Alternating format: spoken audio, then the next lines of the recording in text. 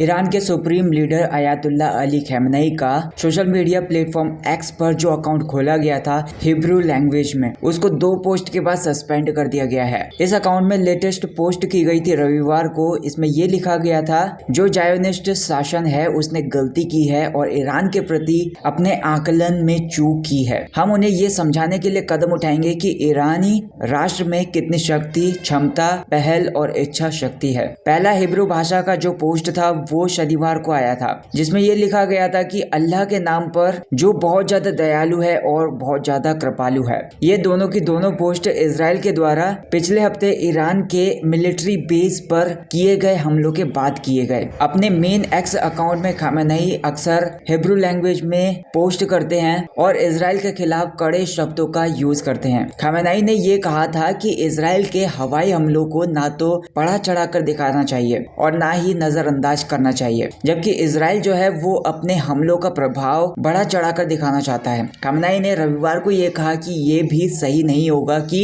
Iran इन हमलों को महत्वहीन मान ले, जैसा कि CNN ने रिपोर्ट किया। उन्होंने अपनी वेबसाइट पर पब्लिश्ड कमेंट्स में कहा कि वे ईरान के बारे में गलत अनुमान लगा रहे हैं। वे अभी तक ईरान के लोगों की शक्ति, कैपेबिलिटीज, इंटेलिजेंस और डिटर्मिनेशन यानी कि दृढ़ संकल्प को सही ढंग से समझने में असमर्थ रहे हैं। हमें उन्हें ये बातें बतानी बहुत ज्यादा जरूरी है। ईरान ने ये कहा कि इजराइल के जो हवाई हमले थे उन्होंने शनिवार को उसके मिलिट्री बेस को निशाना बनाते हुए 2 सैनिकों की हत्या कर दी है, जबकि इजराइल ने यह दावा किया कि missile production facilities, surface to air missile systems और दूसरे एयर पावर फैसिलिटीज पर इजराइल ने हमले किए। बाद में इजराइल ने यह कहा कि हवाई हमला 1 अक्टूबर को ईरान के द्वारा किए गए मिसाइल हमले का जवाब था और उनके लड़ाकू विमान सुरक्षित लौट आए और लास्ट में मिशन पूरा हो गया। ईरान की एयरफोर्स ने ये पुष्टि की कि तेहरान, खुजिस्तान और इलाम प्रोविंसेस में मिलिट्री बेस पर हमला करते हुए जिन्हें लिमिटेड डैमेज हुआ। अब बात कर लेते हैं कि अयातुल्ला अली खamenei जो कि ईरान के सुप्रीम लीडर हैं, जो 1989 से इस पद पर हैं। जब अयातुल्ला खamenei का निधन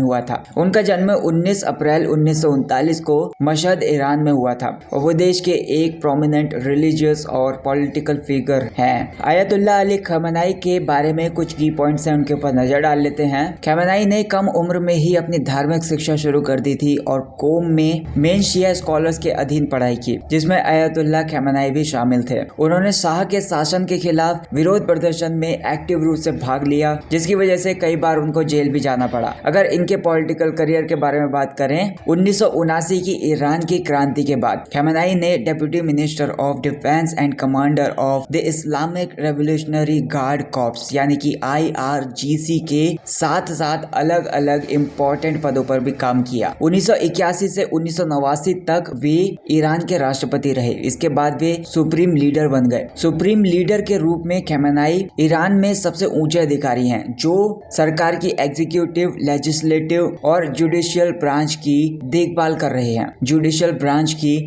करते हैं। उनका ईरान की फॉरेन पॉलिसी, मिलिट्री और न्यूक्लियर प्रोग्राम्स पर इम्पोर्टेंट प्रभाव है। खamenei अपने अमेरिका और इजराइल के खिलाफ कठोर रुख के लिए जाने जाते हैं और अक्सर अपनी स्पीचेस में स्ट्रॉन्ग लैंग्वेजेस का यूज करते हैं, मतलब कड़े शब्दों का यूज करते हैं। उनकी लीडरशिप के टाइम पर जो वेस्टर्न कंट्रीज हैं उनके साथ स्पेशली ईरान के न्यूक्लियर एम्बिशंस को लेकर जो उनके संबंध थे वो बहुत ज्यादा तनावपूर्ण थे। हाल ही में उनकी सेहत को लेकर कुछ रिपोर्ट्स आई हैं, जिससे पोटेंशियल सक्सेसर्स यानी कि आने वाले उत्तराधिकारियों पर चर्चाएं शुरू हो गई हैं। उनकी social media activities, specially Hebrew में पोस्ट, इसने इंटरनेशनल अटेंशन और कंट्रोवर्सी को अट्रैक्ट किया। So that's it guys for this video. I hope आपको ये वीडियो पसंद आई होगी। आपके जो भी डाउट्स हैं उनको मुझे कमेंट सेक्शन में बताइए। अगर वीडियो पसंद आई तो वीडियो को लाइक कर देना, थैंक यू सो मच। अगर वीडियो पसंद आई तो वीडियो को लाइक कर देना, चैनल को सब्सक्राइब कर देना, thank you so much for watching this video.